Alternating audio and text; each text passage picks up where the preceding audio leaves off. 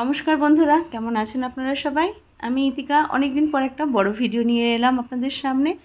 আর আমি কলকাতায় ছিলাম, তখনকার ভিডিও সব ফোনে জোগাড় করা আছে, এক এক করে ভাবছি সব পোস্ট করব। তো ওই যে দেখতে পাচ্ছেন জোড়া শালিক, তো জোড়া শালিক দেখে যারা যারা এটাকে অবশ্যই একবার প্রণাম করে নেবেন, সবার দিন ভালো যাবে। আর এই যে আমরা বেরিয়ে পড়েছি কোথায় বলুন তো, দীঘার উদ্দেশ্যে।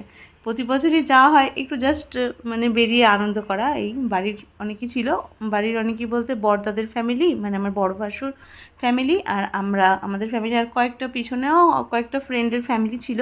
তো সবাই মিলে যাচ্ছিলাম। আর এটা এখন ভোরবেলায় 7টা বাজে, সকালবেলা। আর রাস্তাটা এত সুন্দর লাগছে, একটু মেঘলা মেঘলাও ছিল ওই সময়। আর ওর গাছগুলো, সাইডের ফুল গাছগুলো দেখতে ভীষণই ভালো লাগছিল। তো পৌঁছে গেছি আমরা দীঘাতে। আর দীঘার এই রাস্তাটা মনে হচ্ছে নতুন হয়েছে, আমি কখনো এই রাস্তা দিয়ে ট্রাভেল করিনি। তো এবার গিয়ে দেখলাম এই রাস্তাটা নতুন, আর জলটা এত সুন্দর পরিষ্কার, দেখি তো মনে হচ্ছিলো নেমে যাই।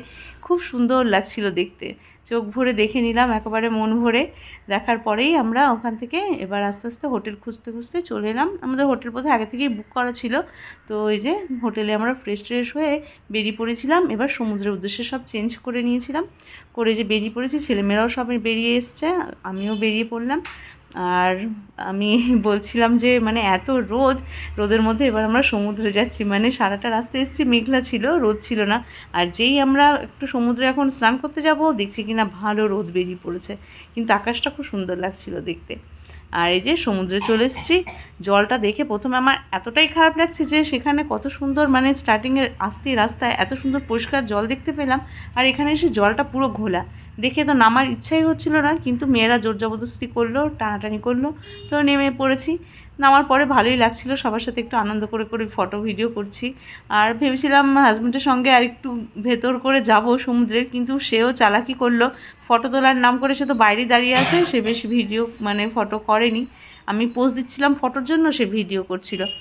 আর বেশি দূর অবধি আমরা যাইনি, সামনে থেকেই আমরা একটু সবাই আনন্দ করে নিলাম। এই যে মেয়েগুলোকে অনেকবার করে বলছিলাম এবার হয়ে গেছে, উঠে পড় উঠে পড়, কিন্তু ওদের যেন মন ভরছিলই না, স্নান ওরা করেই যাবে। সবাই দীঘায় যায়, দীঘায় সবারই মোটামুটি যাওয়া আছে, সবারই সব চেনা জানা। তাও কি ভালো লাগে, একটু সময় নিজেদের টাইম পাস, একটু আনন্দ, খুবই ভালো লাগে। আর এই যে সব স্নান টান করে সবাইকে তো তুলে নিয়ে আসলাম। আসার পরে খুব খিদে পেয়ে গেছিলো, আর এই যে খেতে বসে পড়েছি। সাধারণ খাবারই অর্ডার করা হয়েছিল, সবাই খেয়ে আবার বিকালবেলায় একটু এই সময় বেরানোর কথা বলছিল। আমাদের আর এনার্জিতে আসছিল না, অনেকটা ট্রাভেল করে যে। তো আমরা খেয়ে দিয়ে একটু রেস্ট নিয়েছি। এই যে সবাই ওখানে যত সবাই আছে সবাই আমাদেরই লোক, সবাই খাওয়া দাওয়া করে আমরা তো একটু রেস্ট নিয়ে নিয়েছিলাম। আর বিকালবেলায় একটু চলে গেছিলাম হচ্ছে ওল্ড দীঘাতে।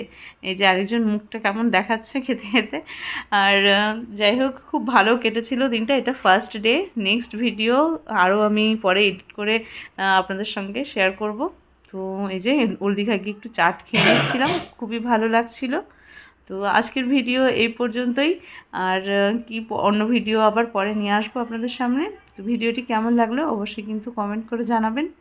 আর এটা হচ্ছে পাপড়ি চাট খাচ্ছি, খুবই ভালো লাগছিল। তো আর বেশি দূর এগোচ্ছি না, এই পর্যন্তই ভিডিওটি। এটা ওল্ড দীঘা, হ্যাঁ এটা ওল্ড দীঘা ছিল। তো যাই হোক, সবাই ভালো থাকবেন, সুস্থ থাকবেন, টাটা।